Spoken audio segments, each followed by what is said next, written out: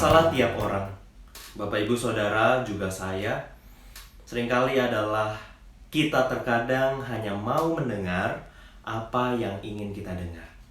Sekali lagi, kita hanya mau mendengar apa yang ingin kita dengar. Artinya, apa yang kita cari dari mulut orang sebenarnya itu adalah pendapat kita, pemikiran kita, atau setidak-tidaknya sesuatu yang cocok atau bisa meyakinkan kita. Dan selebihnya, kita enggan untuk mendengarkannya. Ketika kita mendengar teman menimpali pendapat kita dengan menyetujuinya, kita mungkin akan langsung merasa betul orang ini bicara yang benar.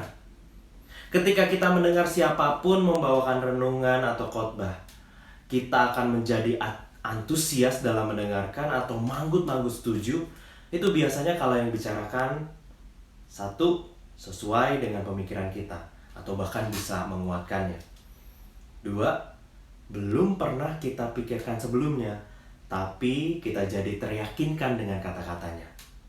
Selebihnya, lewat begitu saja, atau bahkan bisa membuat kita mengantuk. Lalu bagaimana dengan suara yang berbeda? Artinya dengan pendapat dari orang lain yang mungkin berseberangan atau bertolak belakang dengan pemikiran kita. Seringnya segera kita akan tolak. Dan supaya elegan kita tampaknya mendengarkan, tapi sedikit pun kita enggan untuk memahami. Dalam hati mungkin kita berpikir, wah pemikiran ini salah, ini ngaco total, ini harusnya bukan begini, ini sesat ini.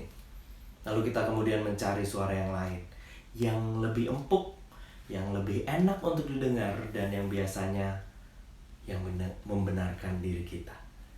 Hingga akhirnya kita yang dulu, yang sekarang, dan selamanya adalah seorang yang tidak pernah berubah. Pemikiran kita yang salah tetaplah menjadi salah. Tindakan kita yang keliru tetaplah keliru. Pendapat kita yang kurang tepat tetap menjadi kurang tepat. Dan 2 Timotius 4 ayatnya yang kedua sampai keempat mengatakan, beritakanlah firman, siap sedialah baik atau tidak baik waktunya. Nyatakanlah apa yang salah. Tegurlah dan nasihatilah dengan segala kesabaran dan pengajaran. Karena akan datang waktunya, orang tidak dapat lagi menerima ajaran sehat. Tetapi mereka akan mengumpulkan guru-guru menurut kehendaknya untuk memuaskan keinginan telinganya. Mereka akan memalingkan telinganya dari kebenaran dan membukanya bagi dongeng. Jadi akan datang waktunya, dan mungkin itu sekarang, ketika orang akan lebih senang mendengarkan kebohongan, kata-kata yang tidak benar tapi lebih enak didengar, kata-kata yang kurang tepat tapi cocok dengan pemikiran kita yang juga keliru. Dan ketimbang harus memahami pendapat yang berbeda, banyak orang kemudian lebih memilih untuk menolaknya mentah-mentah sambil terus mengedepankan pemikirannya. Seperti yang saya sampaikan di awal, Bapak Ibu Saudara. Sebelum perenungan ini sampai ke telinga Bapak Ibu Saudara, pertama-tama perenungan ini tentu diperhadapkan kepada saya. Karena itu, saya mengajak kita sama-sama belajar dan terus berjuang untuk membuka telinga kita terhadap suara yang berbeda dari pemikiran kita. Biasakan untuk tidak hanya mau mendengar apa yang ingin kita dengar, tetapi juga yang tidak ingin kita dengar, kita juga mau terima. Dan temukan, jangan-jangan Tuhan sedang berfirman melalui mulut orang ini. Temukan apa yang menjadi firman-Nya.